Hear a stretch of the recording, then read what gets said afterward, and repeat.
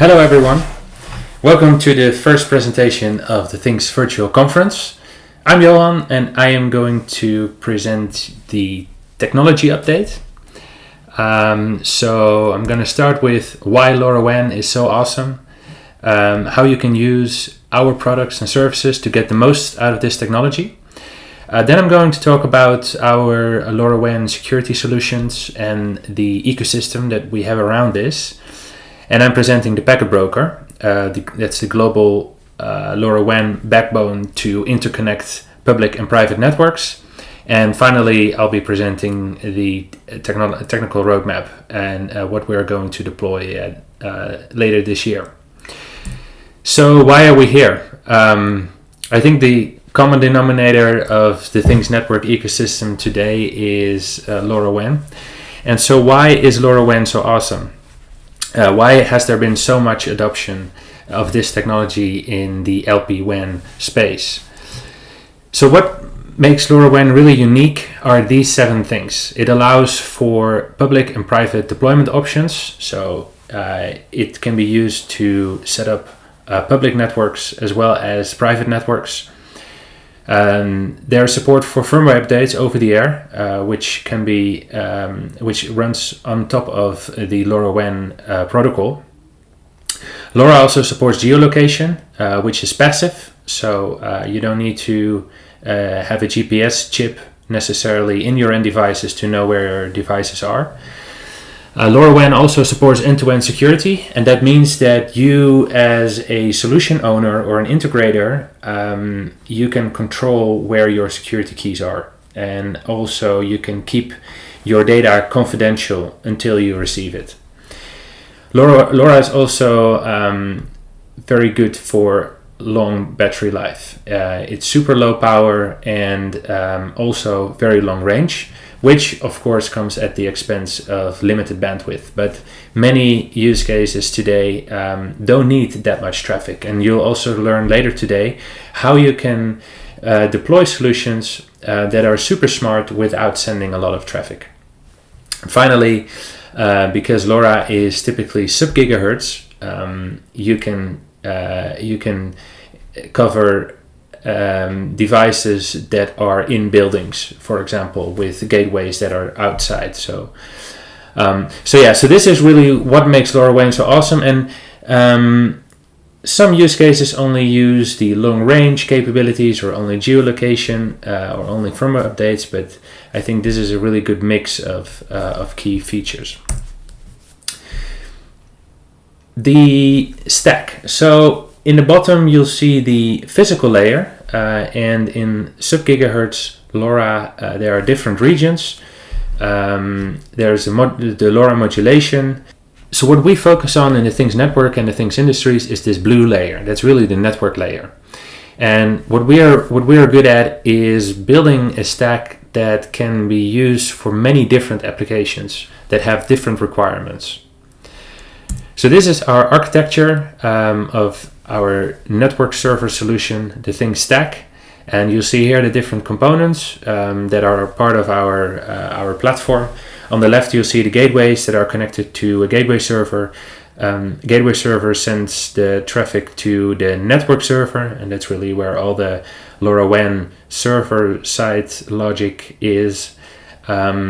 Then there's the application server, which already lives in the application domain.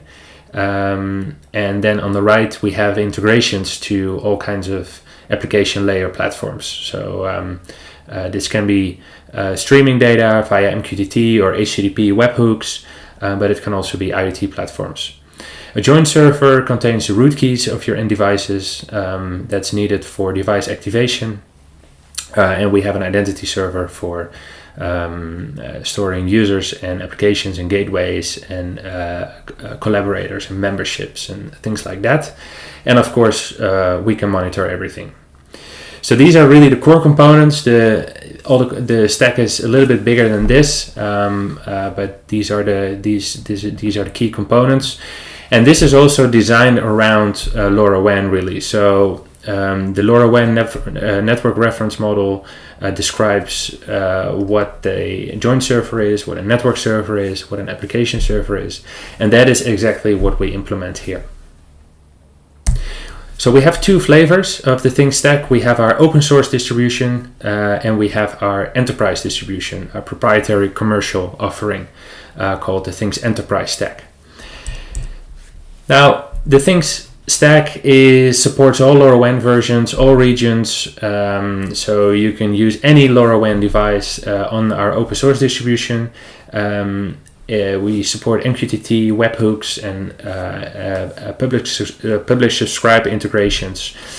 All the network server functionality is open source, so you can configure the MAC state of each and every device individually, and you can connect the open source distribution to Packet Broker.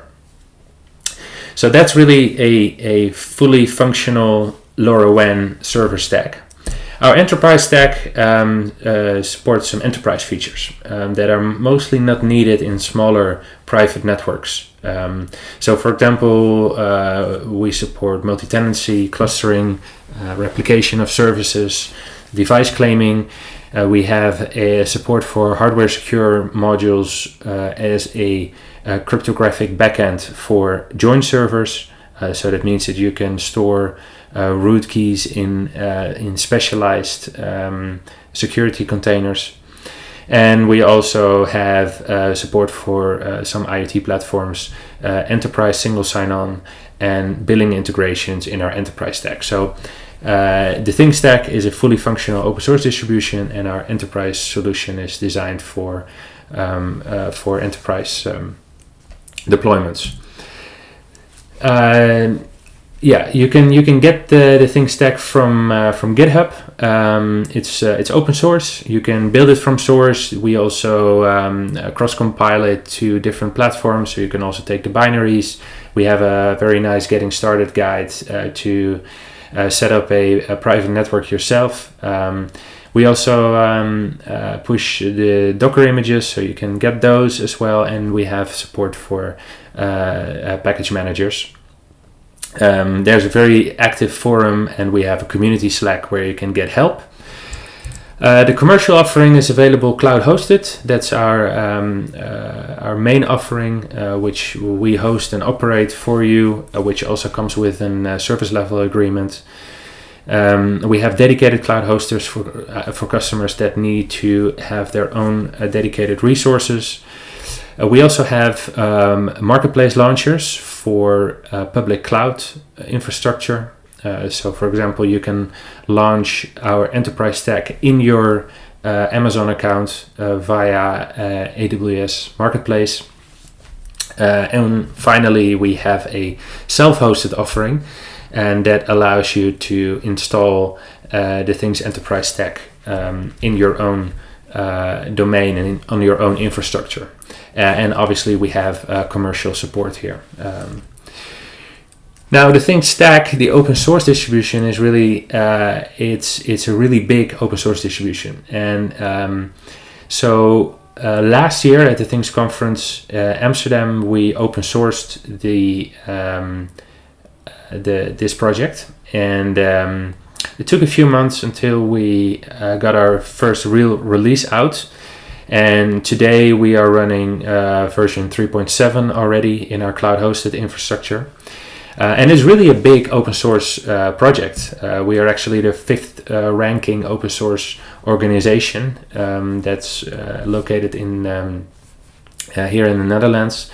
So it's a really big contribution to the open source community. And also the stack is expanding. So we have we're doing a lot of contributions from the Things industries, but we also work, of course, with the open source community. So I have a quick demo to show you what it looks like.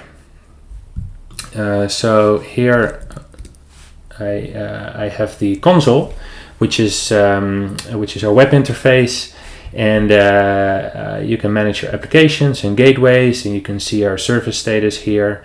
So this is all quite accessible, I would say. So here I have an application, which is our demo application, our playground, and here you can see the devices that are in this application. So we only have 6 here. You can see some of the live events that are coming through. So you can manage devices here. You can go to this device, for example. You can locate it. You can configure your security settings, and on the application level, you can integrate your with your application. So you can use MQTT directly. So you can connect any MQTT client directly to this endpoint with the username, and you can generate an API key as a password. But you can also configure webhooks, and the webhook is our platform calls this webhook when an event happens. So I have a quick demo here that sends all traffic to this demonstration URL, and you can select here which message types you want to receive. So this is what it looks like. This is, for example, your application. This is where you receive your traffic, and this is the raw content that we send to you. And I'm showing you this because you can see here how much detail and how much metadata we make available to your applications, which can be used to enhance data or to analyze data, and also to trace for better tracing. So here are, for example, the unique identifier of your device, obviously join UI, the device address, but also here the actual uplink message. So the port, the frame counter, the raw payload in base 64, but also if our platform recognizes your payload format, because we know the device type, we can also decode this binary payload into an object. And here is some metadata from the gateway that received the traffic, including the signal quality, signal to noise ratio. The message also got received via a gateway connected to packet broker. I'll come back to that in a bit. And here are some LoRaWAN settings. So this is really the level of detail that we make available to application developers. Here's a gateway. So this is the gateway section of the console, where you can manage your physical infrastructure, so your gateways. And so this is a Curlink iFemtocell. It's a nice indoor gateway that's located in our office in Amsterdam. And you can see here also the messages that it receives. So the status, for example. So here's a status message. You can see the public IP address, which can be useful, but also some other statistics, and here again all the metadata from the gateways. So that's a quick demo of our console and how you can use our product as an application developer and as a gateway owner, and you can see how easy it is to get started. So what do we have on the roadmap?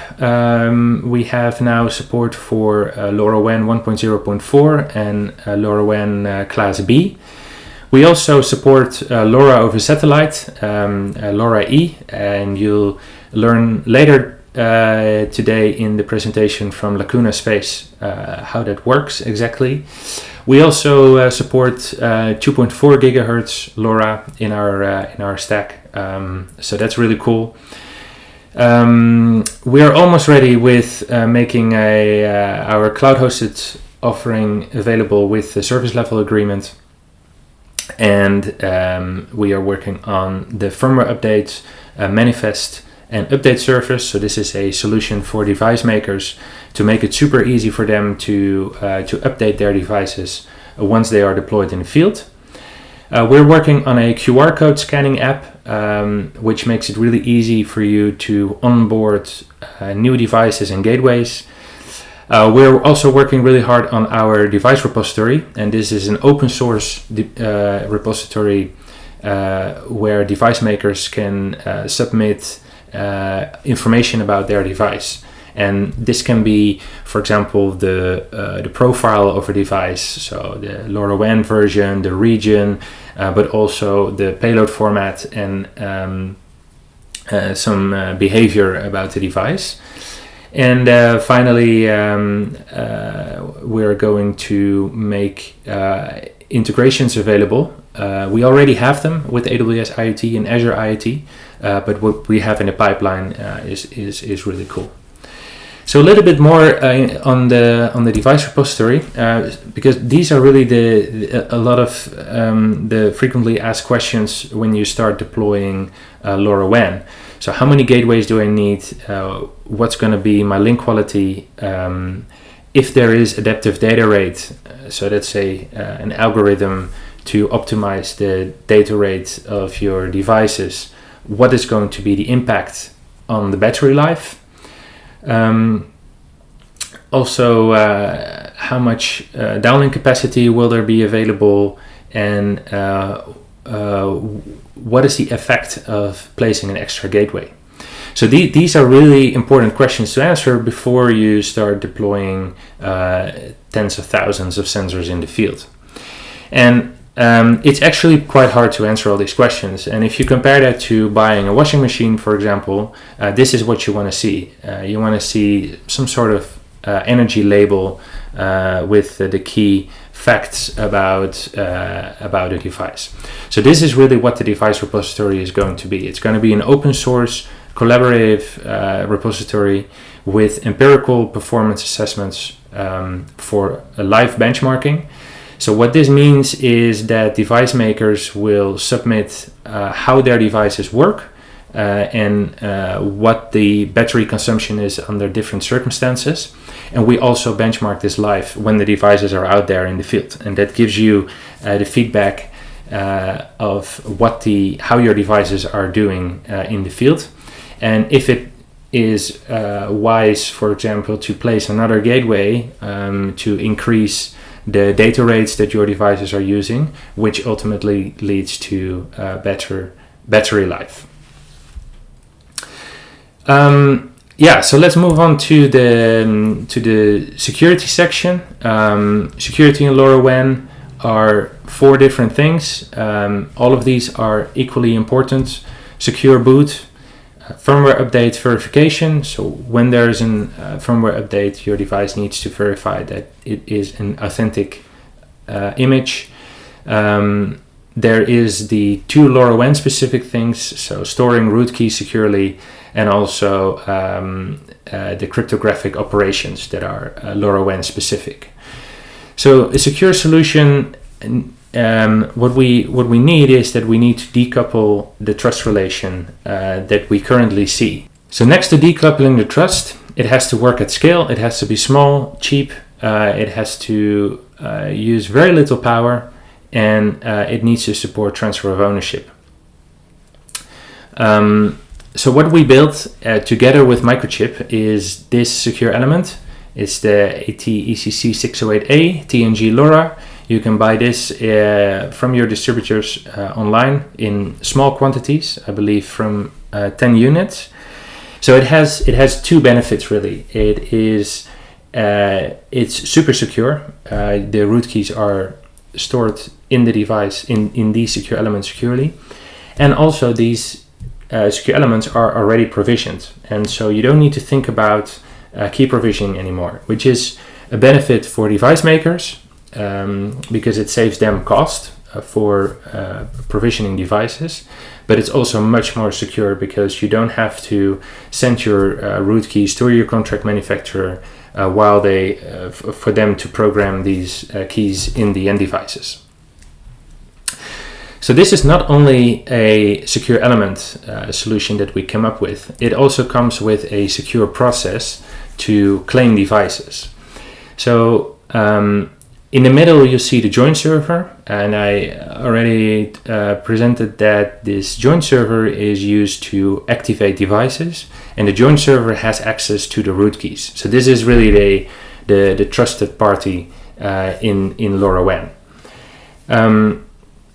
Device makers, they can buy secure elements, and when they buy secure elements, they get a manifest file, which is a proof of ownership that they own these secure elements. So this manifest doesn't contain any keys, it's just proving the ownership of the secure elements, and the device maker can claim their secure elements on the joint server before they start producing the devices. Now, when the devices are ready and finished and they are boxed, the device maker sells the device to the end user. And instead of sending the root keys, the device maker sends a QR code to the end user, and the end user can claim the device via different ways. So it could be a custom front end that uses the API. The end user can use the console directly that I just showed. We also have command line support for scripts. But also here is it's going to be the QR code scanning app, which claims the device on the joint server.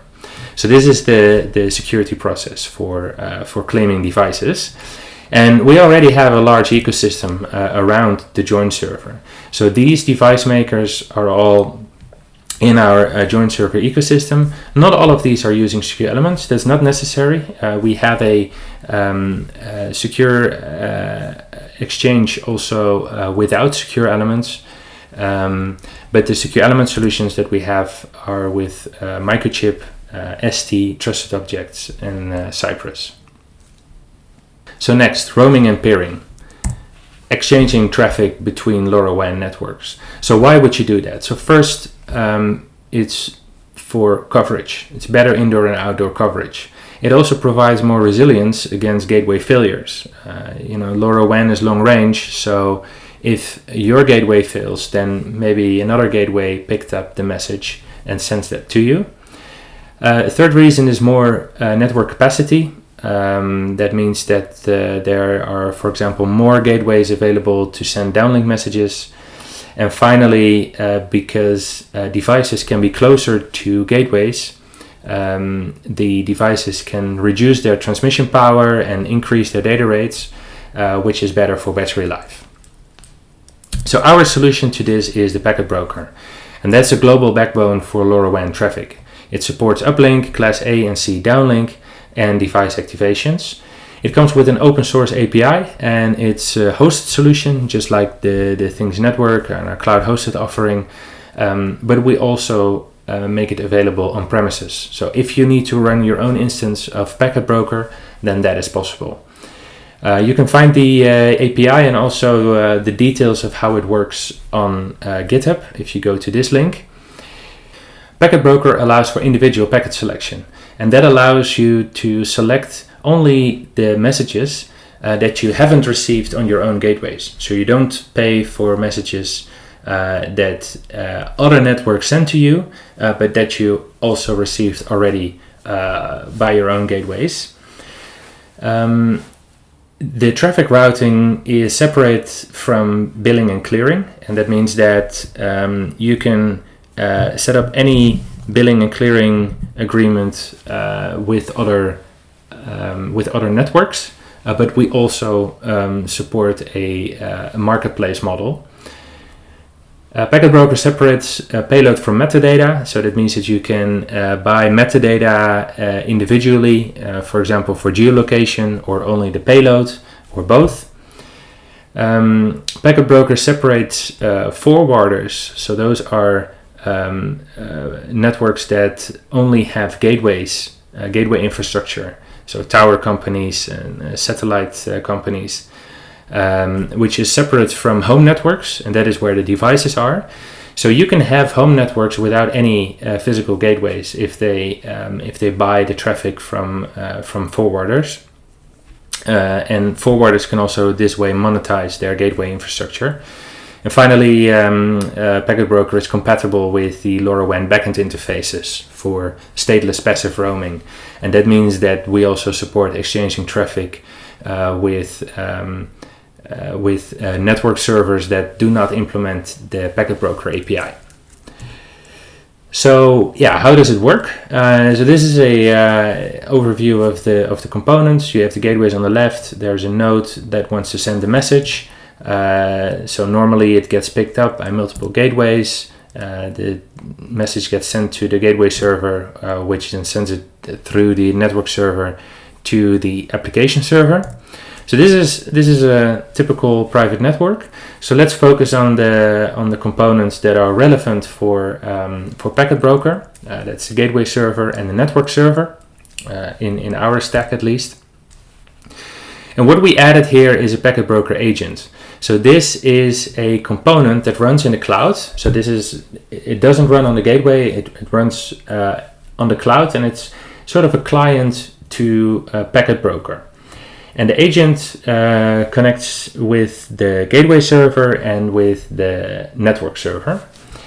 And so for the example, there's another network that also has a gateway server, network server, and a Packet Broker agent, and also has gateways connected. And this can be the Things stack or the Things enterprise stack, or 2 open source distributions or 2 enterprise distributions. It doesn't matter. This is part of our offering. And then we have the Packet Broker components here. So we have a data plane, which is the entry point for publishing and subscribing to data. And there's a router which routes the messages. Now, like I said, a network can play 2 roles. It can be a forwarder or a home network. It can also be both. So let's say that the network only has gateways, then the network only needs a gateway server to connect all these gateways. There's a Packet Broker agent, which is in the cloud and sends the traffic to the data plane.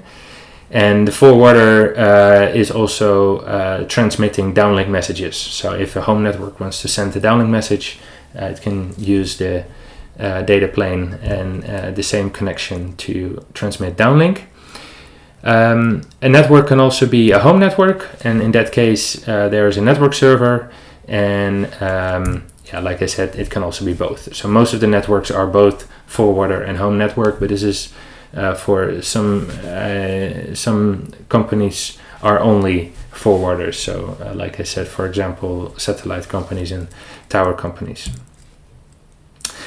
Showing how this works. So if your device is seen by a gateway of another network, it sends a message that's received by the gateway server, and the gateway server, based on the device address, sees that this message is not for the local network server, but it's for another network.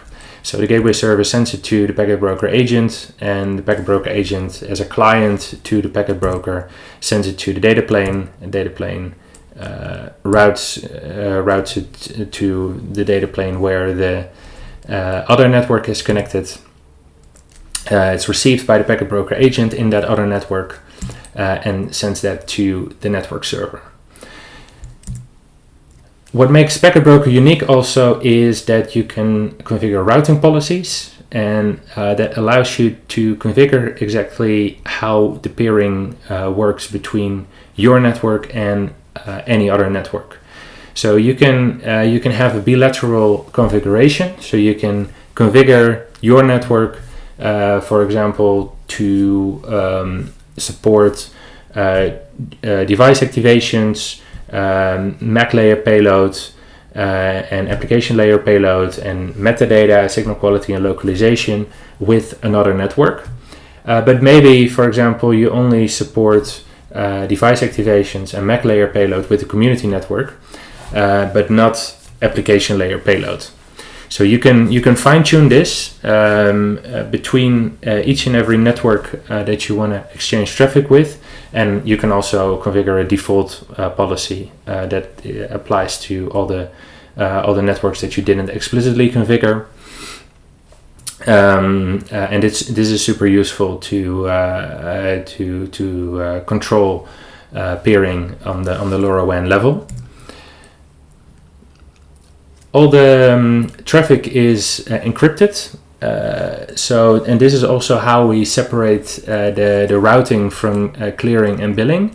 So before a message is sent from your network to packet broker, it gets encrypted by the agent, by the packet broker agent.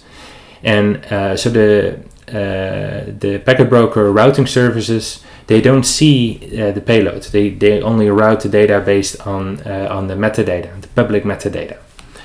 So what it looks like is, for example, this is a message as it gets routed on packet broker.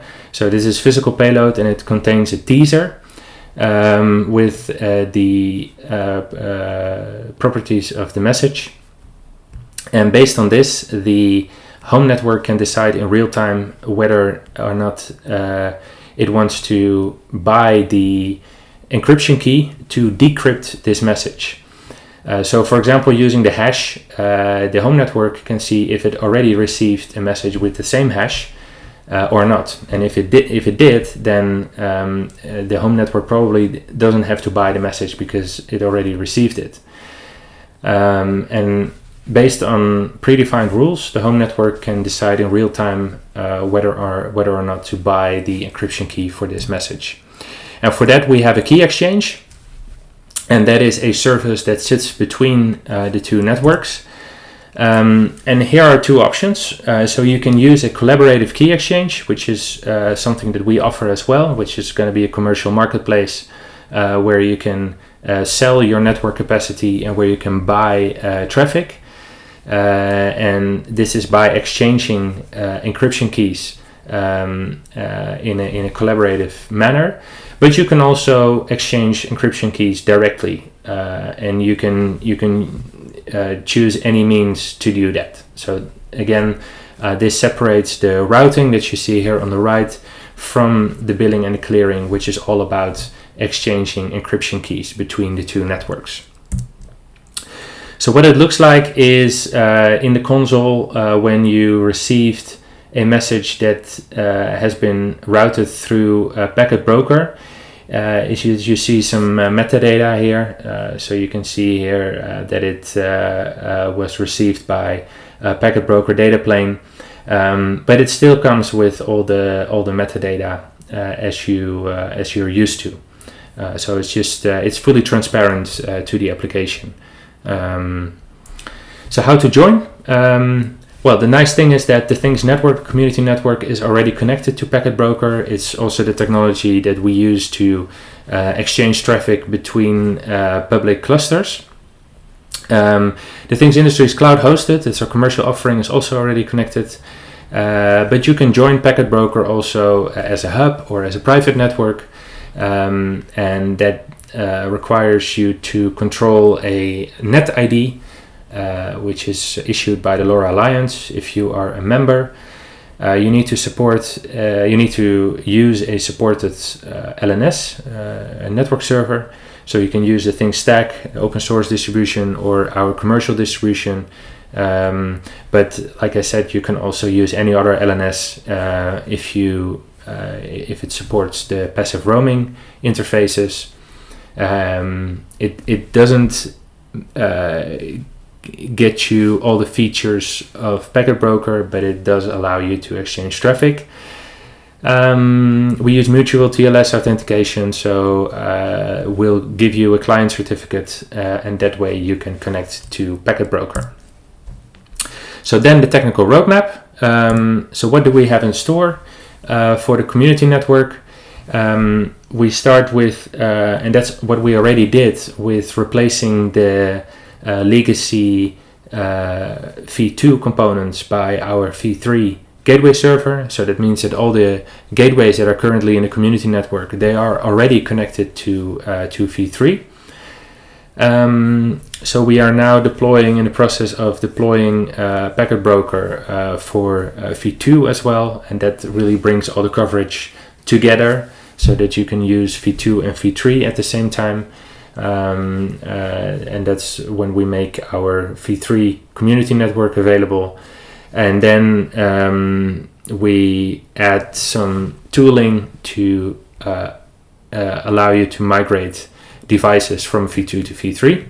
And then at some point we're going to shut down V2, but that's going to take a while. So that's the technical update. Thanks very much for watching. I'm super excited about this virtual conference. We have a lot in store for you in the next, let's say, 23 hours. I'll be joining in here and there as a moderator, and I'm also going to do a workout with you at the in the afternoon in Europe, so it's morning in the US. So that's going to be really cool. Enjoy. Thanks very much for watching, and stay safe and healthy also.